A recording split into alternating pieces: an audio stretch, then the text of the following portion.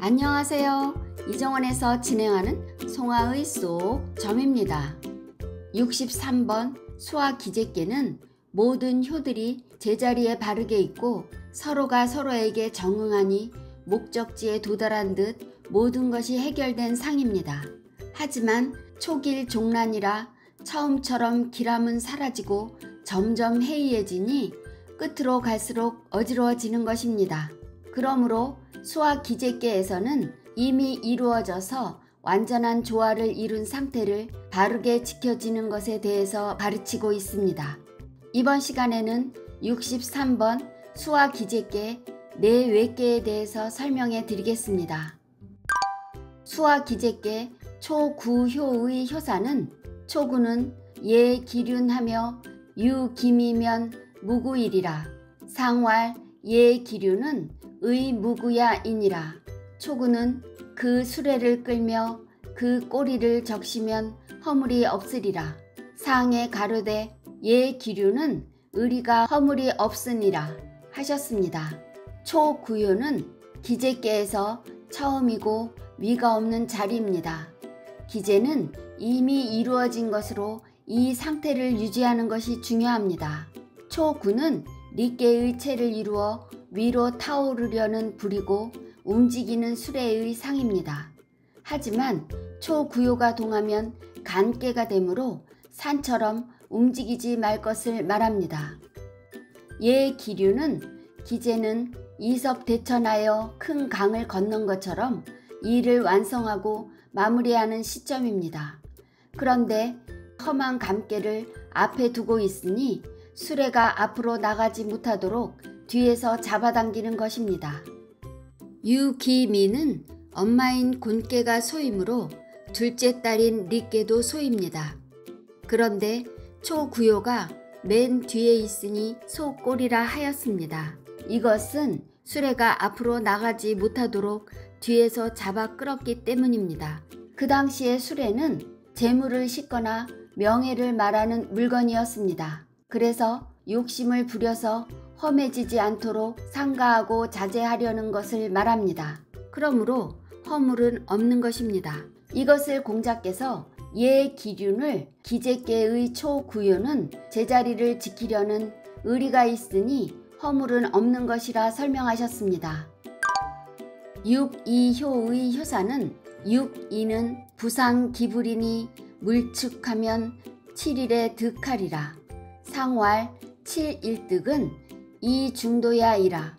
육이는 지엄이가 그 가림을 이름이니 쫓지 않으면 7일 만에 얻으리라.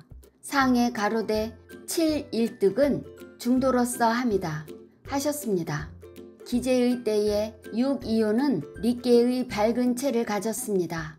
그래서 강건한 구오인군과 음양으로 정응하는 유순중정한 신하이고 집안을 지혜롭게 이끌어가는 부인이라 할 수 있습니다. 부상기불에서 가리개 불은 권위의 상징이 될 수 있고 수레에 달린 가리개도 될 수 있으며 부인의 머리 위에 꽂는 첩지도 됩니다. 그러므로 신하가 출사할 때나 부인의 권위를 나타내는 중요한 물건입니다. 이것을 잃어버렸다는 것은 난감한 상태이므로 조심하고 신중해야 함을 뜻합니다.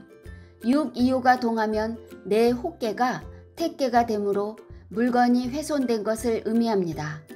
물축은 육이효가 동하면 수천 숙계가 되므로 급히 쫓지 말고 때를 기다리는 것입니다. 그러면 7일득하니 시간이 지나서 얻을 수 있는 것을 의미합니다. 여기에서 7이란 수는 효가 6개로 한 주기를 마치고 새로운 변화가 시작되는 상태를 뜻합니다. 이것을 공자께서 7일득은 육이효가 유순중정한 예를 갖추었으므로 중도로서 할 수 있기 때문이라고 설명하셨습니다. 구삼효의 효사는 구삼은 고종이 벌 기방하여 3년 극진이 소임 물룡이니라. 상왈 3년 극진은 비하이라. 구삼은 고종이 기방을 쳐서 3년 만에 이김이니 소인은 쓰지 말지니라. 상에 가로되 3년 극지는 고남이라 하셨습니다. 구사묘는 내 외계의 경계에 있으므로 수하의 상극지상을 전쟁으로 설명하고 있습니다. 이것을 은나라 고종 때의 사례로 말합니다. 고종은 은나라 22대 왕 무정을 말합니다. 무정은 기울어지는 은나라를 중흥고자 재상인 부열과 힘쓴 업적이 있습니다. 고종 벌 귀방에서 성군인 고종은 백성들을 괴롭혀 온 북방 오랑캐 흉노적을 물리쳤습니다. 이를 감수로서 말합니다. 감수는 귀신 귀자의 기방으로 북방을 가리키고 어둡고 험한 전쟁이나 죽음을 의미하며 오랑캐도 속합니다. 3년 극지에서 외계인 수를 4개인 화로서 덮으려면 시간이 많이 걸립니다. 그러므로 고종이 전쟁으로 오랑캐를 물리치는 데는 3년이라는 오랜 세월이 걸렸다고 한 것입니다. 4개인 리께에서 3년을 뜻합니다. 벌 기방으로 나라의 큰일에는 인군이 나서야 하고 집안의 어려운 일에는 장남이 앞장서야 어려운 일들을 해결할 수 있습니다.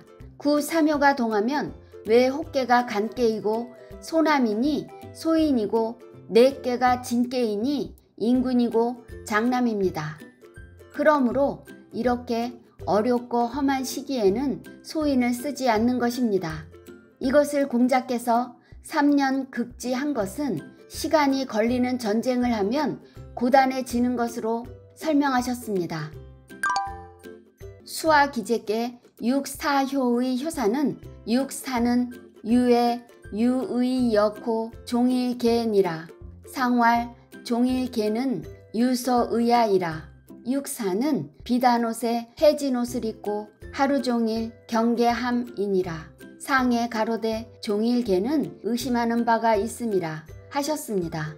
육사여는 4개인 리께가 창과 방패로 방어하지만 외계인 감깨가 점차 아래로 스며드니 육사여는 감깨의 도적을 막아내는 심정입니다.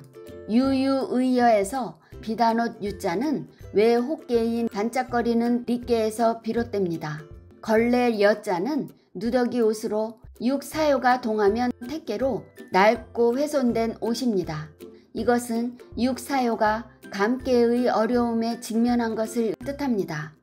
그러므로 비단옷을 누더기 옷에 감추어 자기 신분이 드러나지 않도록 하는 것입니다. 종일계에서 종일은 리께인 낮과 감깨인 밤을 의미합니다. 육사요는 외계의 감깨와 내혹계인 감깨에 빠져 있으니 험난합니다. 그러므로 한시도 경계를 늦출 수 없는 것입니다.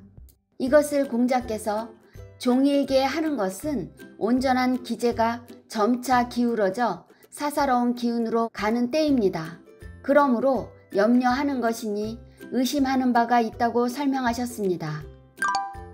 구오효의 효사는 구오는 동린살우이 불려설인지 약제이 실수기복이니라. 상왈 동린사루이 불려설인지 시야이니 실수기복은 길데레야이라. 구오는 동쪽 이웃의 소를 잡음이 서쪽 이웃이 간략한 제사로 실제로 복 받음만 못하니라. 상에 가로되 동린살우가 서쪽 이웃의 때만 갖지 못하니 실수기복은 기람이 크게 옴이라 하셨습니다. 구오요는 강건 중정한 인군의 상이지만 기제가 이미 지난 때입니다. 어려운 미제의 때에 가깝게 있으니 피할 수 없는 것을 말합니다. 동린사루에서 동은 양이고 은나라이며 구오 인군입니다. 리는 구오 인군과 음양으로 정응하는 육이 신하이고 이웃나라인 주나라입니다. 이것은 구오요는 기제를 지나쳤으니 기울어지는 은나라의 인군이 풍성한 제물로 소를 잡아 올리는 제사를 말합니다. 불려설인지 약제에서 설이는 은나라와 이웃하고 있는 주나라를 뜻합니다. 약제는 더운 여름에 지내는 제사이므로 제물이 상하기 쉽습니다. 그러므로 정성은 다하지만 간단한 제사를 뜻합니다. 실수 기복은 구오요가 동하면 곤깨가 되므로 먹을 것이 많은 제사를 올리면서 사사로운 이득을 많이 바라는 것입니다. 이유신 닉계는 속이 비어있듯 조촐한 제사입니다. 육이요가 동하면 건깨가 되므로 사사로움이 없이 정성을 다함으로 각각 받는 그 복이 다른 것입니다. 이것을 공자께서 동린살우를 서쪽 이웃의 때만 갖지 않다고 하셨는데 이미 기울어진 은나라로 볼 수 있습니다. 실수 기복은 때를 받은 주나라의 기람은 크게 올 것이라고 설명하셨습니다. 상육효의 효사는 상육은 유기수이라 려하니라. 상왈 유기수려는 하가구야일이요. 상육은 그 머리를 적심이라 위태하니라. 상에 가로되 유기수려가 어찌 오래 할 수 있으리요 하셨습니다. 상육효는 기재꾀의 끝에 있으며 감깨의 위에 있습니다. 그러므로 괴사에서 촉일 종란이라 하였는데 상육효는 종란의 어려움에 빠지는 지점입니다. 유기순에서 젖을 유자는 상육효가 감깨이고 상육효가 동하면 손깨가 되므로 물속에 고개를 숙인 상입니다. 그러므로 머리가 젖었다고 한 것입니다. 또한 상육효는 기재깨의 꼭대기이므로 머리 숫자가 나왔습니다. 려는 근심하고 염려할 일이 생기는 것입니다. 이미 모든 것이 제자리를 잡고 있는 기재깨이지만 육사요를 지나면서 위험에 조금씩 노출되었습니다. 그러나 그럼에도 불구하고 조심하고 상가하지 않으니 만가지 우려가 생기는 것입니다. 기재의 극에 달하자 머리가 물에 빠지니 위태로운 것입니다. 상육효에서는 은나라를 멸망 속으로 빠뜨린 주왕으로 말할 수 있습니다. 주왕은 주지 육림으로 환락에 빠져서 푹 젖어있는 모습입니다. 일신과 그 주변이 위험한 지경에 빠지는 것과 같습니다. 상육효가 동하면 풍하가인께로 손깨의 공손한 겸손과 리깨의 밝은 성품으로 자기 자신을 돌이켜 덕을 쌓아가는 자세가 필요함을 말합니다. 이것을 공자께서 유기수려라면 어찌 오래 할 수 있겠느냐며 답답함을 설명하셨습니다. 여러분, 송화의 속점은 여기까지입니다.